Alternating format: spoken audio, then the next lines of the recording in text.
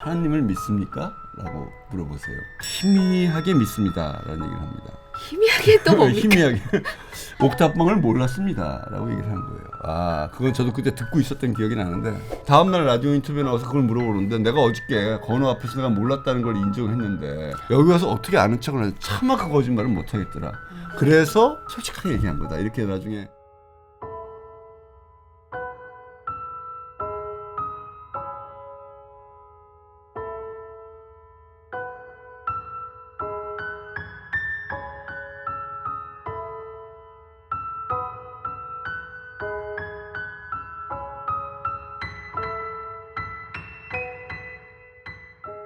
안녕하세요. 노무현에게서 좋은 정치를 상상하다 천호선 이사님과 함께하겠습니다. 반갑습니다. 네, 반갑습니다. 예. 노 대통령의 가장 매력, 저런 것 때문에 우리 힘들었다 하는 거 뭘까 있을까요? 치명적인 솔직함, 이렇게 얘기할 수 있을 것 같아요. 솔직한 게 노무현 대통령의 굉장히 장점일 수도 있고요, 단점이 되기도 하는 특성이고, 그것이 매력이기도 하지만 때로는 그것이 정치적으로 굉장히 어려운 상황을 자초하기도 했던, 참모들이 곤혹스러워했던 그 노무현 대통령 특유의 치명적인 솔직함에 대한 얘기를 한번 나눠보면 좋을 것 같습니다. 네. 좋게 말해 솔직함이고 나쁘게 말해서 사고친 이야기. 뭐 노무현 대통령 뭐 정치할 때도 그러셨고요. 임기 5년 내내 사고의 연속이었다, 이렇게 봐도 되겠죠. 고생이 많으셨습니다. 예. 아이고. 노 대통령 약간 거짓말은 아니고 이렇게 뭔가 얘기하기 어려우실 때 얼굴에 먼저 이렇게 머쓱하게 지나가는 표정 같은 거 있으시더라고요. 있습니다. 내가 예, 예. 이거 말해야 되나 말해야 되나 하면서 이렇게 한데 이렇게 웃으면서 쭈삣쭈삣 예, 하면서. 그러나 결국은 다 솔직하게 얘기를 하신다는. 예. 네. 옆에 앉은 여사님이 가끔 이렇게 그래 그렇지 뭐 이런 표정으로 있는 그런 장면들도 많이 기억이 나고요. 솔직한 노무현의 3대 사건 이런 거 한번 뽑아볼까요? 일단 단기적으로 볼 땐 표를 왕창 떨어뜨린 사건이 몇 개 진짜요? 있었죠. 표 떨어뜨린 사건. 떨어졌을 거라고 생각했는데, 뭐 길게 보니까 그게 매력이 되기도 하고, 큰 사건이 뭐 여러 개 있었는데 그 중에 1번 희미하게 믿습니다 사건입니다. 예. 대통령 후보가 되면은 이제 누구나 큰 영향력 있는 종교 단체들을 찾아가게 돼 있지 않습니까? 절도 가고 성당도 가고 예, 교회도 그렇죠. 가고. 조계원 총무원장님들 만나기도 하고, 기독교 단체들도 거기 보수 진보가 또 나누어져 있는데 찾아가기도 하고, 가톨릭 추기경 만나 뵙는 건 기본입니다. 지금도 이제 가톨릭의 추기경이시고 그 나라에선 최고의 어른이시잖아요. 여러분들도 잘 아시는 김수환 추기경 살아계셨을 때, 선종하시기 전이죠. 그 김수환 추기경을 찾아가 뵀는데요. 추기경께서 왜 그걸 물어보셨는지 모르겠으나 이유는 있죠. 노무현 대통령이 원래는 특별한 종교를 갖고 있지 않다가 부산에서 민주화 운동을 하면서 송기인 신부님이라고 계세요. 민주화 운동의 아주 거목이시고, 그래서 세례를 받으셨어요. 유수도라는 세례를 받으셨는데, 세례까지 받으셨으니까 김수환 추기경님 입장에서는 당연하긴 하지만 이렇게 물어보신 거예요. 이제 가서 김수환 추기경이 돌발 질문이죠. 하나님을 믿습니까? 라고 물어보세요. 짓궂은 질문을 하셨는데요. 세례 받았으니까 얘 믿습니다, 뭐 이렇게 얘기를 해야 되겠죠. 가톨릭의 표를 생각하면은. 아니면 제가 세례까지 받았습니다 이러면 그러면 되거나, 스스로 예를 들면 약간 좀 캥길 수는 있잖아요. 뭐 열심히 성당에 나가지 않는다든가, 마음속에 진짜 하나님이 계시다는 확신이 100%가 아니다든가 그러면은 물론 믿습니다. 그런데 왜 가톨릭의 그런 표현, 냉담자라는 표현 쓰잖아요. 네. 그 표현 저는 굉장히 좋은 표현 같아요. 열심히 성당에 나가진 못합니다라는 얘기할 때 냉담이라는 표현이 굉장히 좋은 것 같아요. 그래서 언젠가 다시 돌아올 수 있다는 가능성들을 보여주는 거니까. 그래서 제가 하나님을 믿습니다만 성당에는 자주 나가지 못합니다라든지, 좀 믿음이 많이 약해졌습니다, 뭐 이렇게 얘기할 수도 있겠죠. 근데 그 질문을 받는 순간 얼굴에 곤혹스러움이 확 드러나요. 확 드러나면서 이걸 진짜 솔직하게 얘기해야 되나 말아야 되나, 그래도 솔직하게 얘기해야지, 이런 게 막 읽혀요, 얼굴 표정에. 그래서 답을 하십니다. 희미하게 믿습니다라는 얘기를 합니다. 희미하게 또 뭡니까? 희미하게. 확실하게 믿습니다가 아니란 얘기죠. 믿음이 있긴 있는데 자신 있게 믿는다라고 볼 수는 없겠다. 내가 내 마음속을 들이켜보니까 100% 확신, 흔들림 없이 믿는다고 얘기하기는 좀 그렇다. 그렇게 하면 거짓말일 것 같다라고 생각하시, 그 짧은 시간 동안 그 생각을 하신 게 얼굴에 확 지나가요. 당신이 그때 생각하기에 가장 솔직한 표현이라고 생각하고 하신 것 같아요. 2002년 대선 당시 고 김수환 추기경을 찾은 자리에선 하나님을 믿느냐는 추기경의 질문에 겸연쩍어 합니다. 믿죠. 믿는데 좀 확실하진 않아. 예, 희미하게 있습니다. 어쨌든 전 하나님 말씀은 지키려고 애를 많이 씁니다. 추기경님 반응이 혹시 기억나시나요? 그건 제 그 앞에 태도가 너무나 압도적이었기 때문에 그렇다고 뭐 추기경님이 혼을 내시거나 그러시진 않은 것 같은데 흔쾌하진 않으셨을 거예요. 그때 저희는 그날 참모들이 비상이 걸렸습니다. 큰일 났다. 가톨릭 표가 몇백만인데 세례까지 받았다는 사람이 그냥 믿습니다라고 하거나 조금 믿지만 성당에 좀 잘 못 나갑니다. 못 죄송합니다. 나갑니다. 이렇게 하면 될 걸. 왜 저렇게 지나치게 솔직하게 얘기를 할까? A라고 물으면 반드시 A에 대한 답을 하시는군요. 그래서 저희는 그때 번복할 수도 없는데 대통령을 같은 세례받은 사람이라고 좀 호감을 갖고 볼 수도 있는데 스스로 그걸 발로 걷어차버렸구나라고 생각을 했죠. 네, 그리고 그것 때문에 가톨릭 신자들의 노무현 대통령 지지율이 후보의 지지율이 그 전과 비교해서 후에 어떻다 이런 통계는 없습니다만 뭐 그것 때문에 치명적으로 많이 이탈한 것 같지는 않은데 그래도 그때 좀 믿는 척하셨으면 조금 더 낫지 않았을까라는 생각하는데 어쩔 수 없는 노무현 대통령 특유의 솔직함, 정직함 길게 볼 때는 결국엔 저 사람 참 솔직하구나라는 그런 강한 이미지를 준 것 아닐까? 그 뒤에 어떤 얘기를 해도 저 사람은 쉽게 거짓말하는 사람이 아니야라는 믿음을 준 거라고 해석할 수 있지 않을까? 두 번째 솔직함 어떤 거였을까요? 갑자기 생각이 안 나네. 네. 솔직하시게 답답하셨군요. 생각이 안 난다. 갑자기 생각이 안 나네. 저 생각나는 그거 있어요. 옥탑방 사건. 예.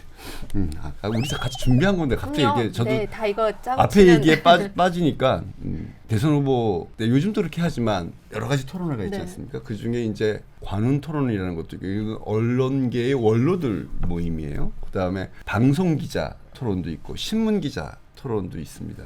방송 기자 토론회 때 당시 이제 후보가 누구였냐면 맞상대가 이회창 후보였죠. 여러분들이 이회창 후보를 잘 아시는지 모르겠지만 대법관 출신이고 또 총리도 하셨고 대쪽 같은 정치. 대쪽 같고 뭐 굉장히 저는 훌륭한 분이라고 생각을 합니다. 정치인으로서는 잘 모르겠지만 이회창 후보가 당시 워낙 그 삶의 과정이 금수저로 태어나서 공부도 잘하시고 대한민국의 최고의 엘리트의 어떤 위치를 쭉 밟아오셨기 때문에 노무현 대통령은 그거에 비하면 서민 출신이고 물론 변호사가 되고 나서는 흔히 우리가 얘기하는 서민의 삶을 살았다라고 할 수는 없을지 모르지만 서민을 위해서 헌신하셨다는 걸 누구나 다 잘 아니까 그때 큰 구도가 이회창은 귀족, 노무현은 서민. 그래서 귀족 대 서민의 구도라는 게 하나의 선거운동 전략이기도 했어요. 그거 만드신 거예요, 아니, 선배님께서? 그거 당연, 그러니까 자연스럽게 실제 두 분의 어떤 삶의 이력에서 확 대비가 되는 것이기도 하고 그런 건 많이 하잖아요. TV 토론 나가면 대통령 후보들이나 뭐 도지사 후보들도 그렇겠죠. 시장 후보들도 버스비가 얼마인지.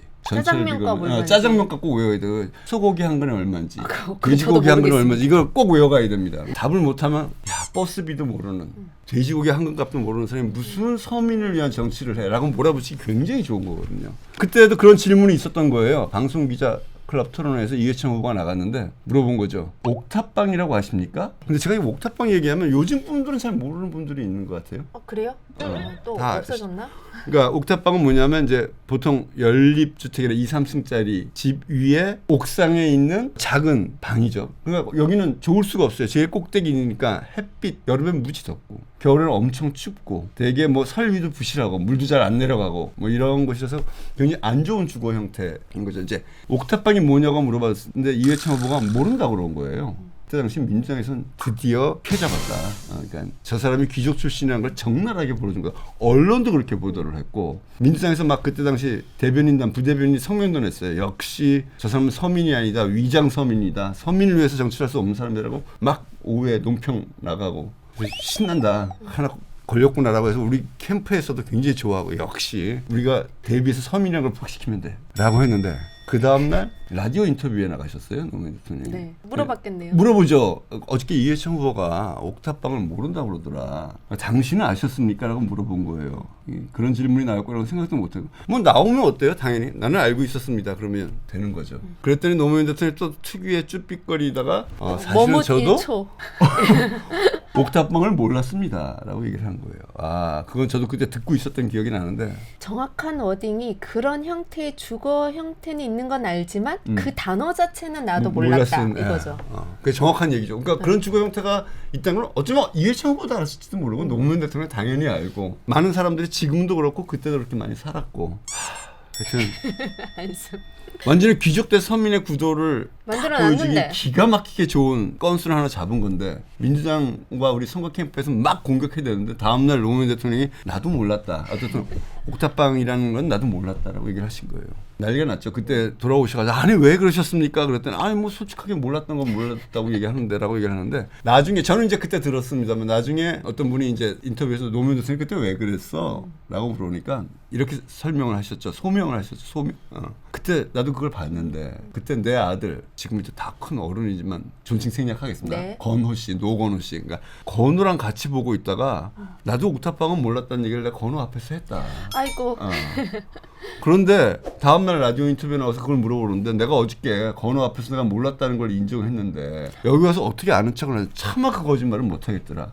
그래서 솔직하게 얘기한 거다. 이렇게 나중에 그때 얘기를 하셨어요. 그 뒤에 얘기했고 그 얘기를 저희가 나중에 그런 배경이 있었다라는 얘기를 했었지만 그것도 그냥 알았다. 건호도 그냥 넘어갈 텐데. 노건호 씨 죄송합니다. 어렸을 때 이름이니까. 저 기억나는데 그 캠프에서는 좀 아쉬웠을지 모르겠지만 그냥 평범한 사람들 입장에서는 사실 그런 것도 있거든요. 아니 뭘 그런 걸 물어오면서 맨날 사람들 시험대에 올리나 이런 것도 있는데 그런 것을 이렇게 좀 이렇게 발로 툭 차고 이렇게 노 대통령이 이렇게 우리 딴 얘기하고 이렇게 가버리신 듯한 그런 느낌 들어 되게 좋더라고요. 유수치아 출비 얼마인지 아세요? 모릅니다. 택시만 타고 저는 다니죠, 대표라서 택시를 이용하려고 노력합니다. 1,350원인가? 저도 요즘 게다가 이제 요즘에 그거 잘 안 또 물어보죠. 왜냐면 이렇게 교통카드 찍고 가니까 네. 게다가 여기 환승하거나 또는 좀 거리가 멀어지면 플러스 300원 뭐 이게 붙고 이렇게 되니까 그때 당시는 이제 그걸 모르면 그냥 저는 그게 있을 수 있는 질문이지만 그것을 가지고 그 사람이 서민의 삶을 아느냐 마느냐를 판단하는 지렛대가 될 수는 없죠. 근데 그때 이제 토론이 선거운동의 가장 중요한 비중을 차지하게 된 첫 선거라고 봐야 돼요. 사실 그 이전까지의 TV 토론은 굉장히 형식적이었고 격렬하게 부딪히는 이런 거 없었는데 하여튼 그때는 진짜 토론의 숫자도 많았고 다양한 질문이 많았고 그 토론을 몇 시간짜리 토론을 견뎌낼 수 있는 내공을 갖출 수 있느냐 없느냐를 보여주는 것이었기 때문에 그렇긴 하지만 그때 그 질문이 뭐 꼭 좋은 질문은 아니었다고 봐요. 근데 노무현 대통령이 또 한번 철렁하게 해서 네. 또 뭐 몇백만 표 날라갔구나 하는 생각이 들게 했었던 치명적 사건 중에 하나였죠.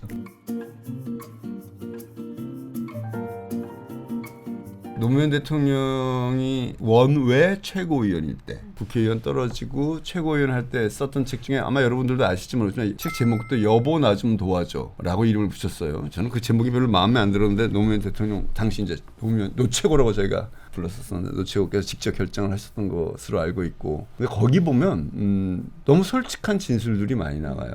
많이 나오는데 예를 들면 이런 거예요. 노무현 대통령이 자신의 양심과 관련된 이야기를 하게 되는데 거기에 보면 이제 어떤 분이 어떤 아주머니라고 나옵니다. 어떤 아주머니가 변호사 사무실에 찾아와서 어떤 사건을 맡겨요. 근데 그 순간 노무현 대통령 양심속에 이거는 굳이 소송을 벌이지 않아도 합의를 하면 될 것 같은 일인 거예요. 그런데 그때 당시 굉장히 변호사 사무실이 어려웠던 모양이에요. 그래서 냉큼 이 계약서를 쓰게 한 거죠. 수입이 필요하시니까. 네.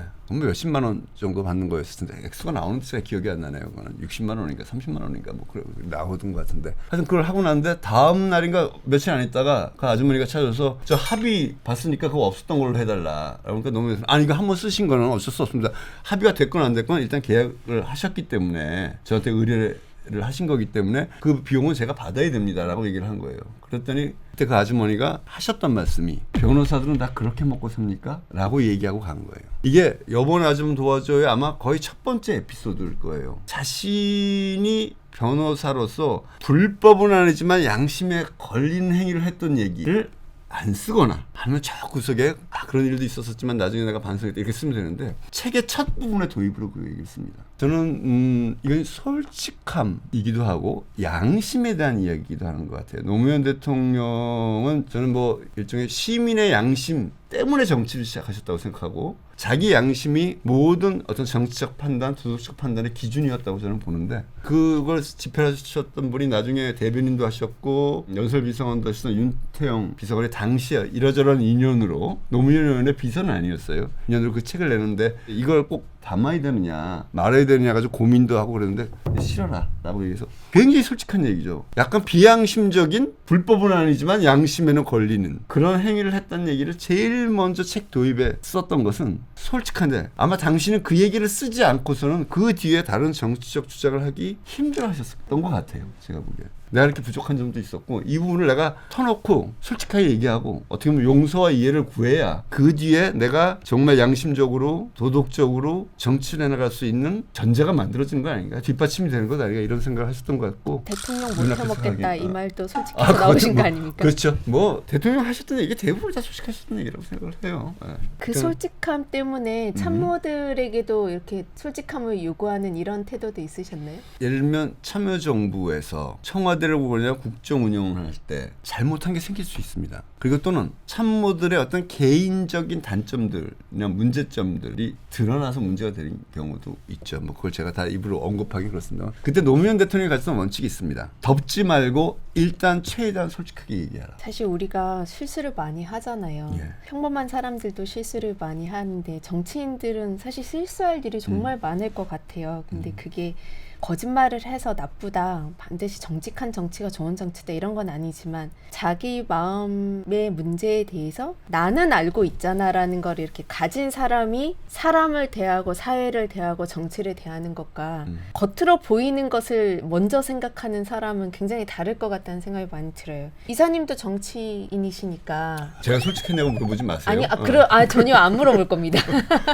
답해야 솔직함과 되니까. 정치, 솔직한 정치 도움이 됩니까? 기능적으로는 이렇게 생각해요. 정치적으로 솔직하면 된다. 정치적으로 네, 솔직하면 된다. 정치적인 어떤 입장, 정치적인 과정, 정치적인 과오, 실수, 정치적인 판단의 배경 이런 것들은 솔직하게 얘기하는 게 제일 좋다. 저는 뭐 그건 확고합니다. 그러나 정치 영역 위에 개인적인 분에서 뭐 굳이 솔직할 필요가 있을까? 저라면 별로 그렇게 솔직하지 않을 것 같아요. 그러나 저는 노무현 대통령으로서는 정치적으로도 솔직했고 개인적으로도 매우 솔직한 분이었는데 아까 얘기했던 그런 사건들이 있었지만 그런 것들이 축적되면서 노무현 대통령을 국민들이 거짓말할 사람은 아니다라는 어떤 신뢰가 형성된 것 아닌가? 그것이 참여정부 기간 동안 국정 운영에 대해서는 여러 가지 이견들도 있었고 낮은 평가들도 있었고 끝나고 나서 그렇지만 신뢰도에서 진보 보수를 떠나서 1위일 뿐더러 보수라고 스스로 생각하는 국민들에게서도 박정희 대통령 다음으로 상당히 많은 신뢰를 얻고 있는 것을 보여주는 것처럼 그런 사건들이 오히려 궁극적으로 노무현 대통령의 국정 운영에 대한 어떤 신뢰감, 정책 하나하나가 자기의 정책 이익만을 위해서 하는 것은 아니라는 것에 대한 기대 이런 것들을 만들어줘서 지금 노무현 대통령에 대한 국민의 어떤 평가와 기억이 매우 긍정적으로 남아 있는 것 아닐까. 그래서 그렇게 솔직했기 때문에 역사에 오래 남는 대통령이 될 것이다 라는 생각은 합니다.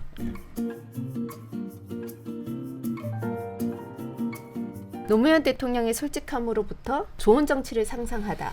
어떤 정치가 솔직함과 연결되어 좋은 정치가 될 수 있을까요? 많은 분들이 지금 요즘 매일매일 느끼는 거 아닐까요? 특히 이 윤석열 정부 들어서고 나서 대통령이 솔직하다는 느낌을 별로 받아본 적이 없으실 것 같아요. 뭐 대표적인 거 뭐 이해 안 들어도 바이든인지 날리면인지 여기까지만 해도 다 알 것 같습니다. 예, 뭐 하여튼 그런 것 같아요. 저는 노무현 대통령도 그런 말씀도 하셨었고요. 정치인도 누구나 실수할 수 있다, 잘못할 수 있다. 그러나 그걸 솔직하게 이야기하는 것이 국민으로부터 가장 큰 신뢰를 얻는 일이고 용서를 구할 수도 있고 또 솔직하게 얘기하는 것으로 자기 성찰이 되는 것이기도 하죠. 저는 노무현 대통령이 이미 그런 교훈을 다 갖고 있었다고 생각해요. 지금 우리 정치는 대통령의 말이 하나도 신뢰가 안 가고 게다가 저걸 진짜 소화해서 내용을 이해하고 하는지조차도 의심스러운 발언들이 매일매일 나오고 있는 지난 기간들. 그리고 사실은 꼭 윤석열 대통령만이 아니라 정치인들 전체가 원래 항상 신뢰를 낮게 받아왔지만 요즘 정치인들에 대한 신뢰도가 저는 뭐 요즘 비교를 해본 건 모르겠습니다만 더 떨어지지 않았을까? 그것이 보수든 진보든 큰 정당이든 작은 정당이건 모두에게 던져줘야 될 질문이 아닐까 이런 생각이 듭니다. 저 사람 얘기는 부족하더라도 솔직한 것이야. 그렇기 때문에 저 사람이 뭘 하겠다고 약속하는 것도 믿을 수 있어. 이런 정치가 돼야 되지 않을까? 그런 정치가 실종된 지 사라진 지 너무 오래됐다. 보수든 진보든을 떠나서 대통령이든 국회의원이든을 떠나서 여든 야든을 떠나서 이것이 지금 정치에서 가장 필요한 이야기다라고까지 얘기해도 과언이 아니지 않을까 하는 생각이 드네요.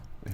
우리가 정치 바라는 것은 사실 잘했고 못했고 뭐 옳고 그름보다는 어떤 문제가 생겼을 때 그걸 대하는 태도에서부터 굉장히 많이 달라진다는 생각이 들거든요. 그런 솔직함, 우리 모두가 좀 같이 한 단계로 넘어갈 수 있게 하는 힘이 되는 능력, 이 솔직함이 아닌가 싶습니다. 희미하게 믿습니다가 성찰까지 가는 진중한 대화 나눠봤습니다. 예. 네, 노무현에게서 좋은 정치를 상상하다. 네, 오늘은 노무현 대통령의 솔직함에 대해서 천호선 이사님과 함께 이야기를 나눴습니다.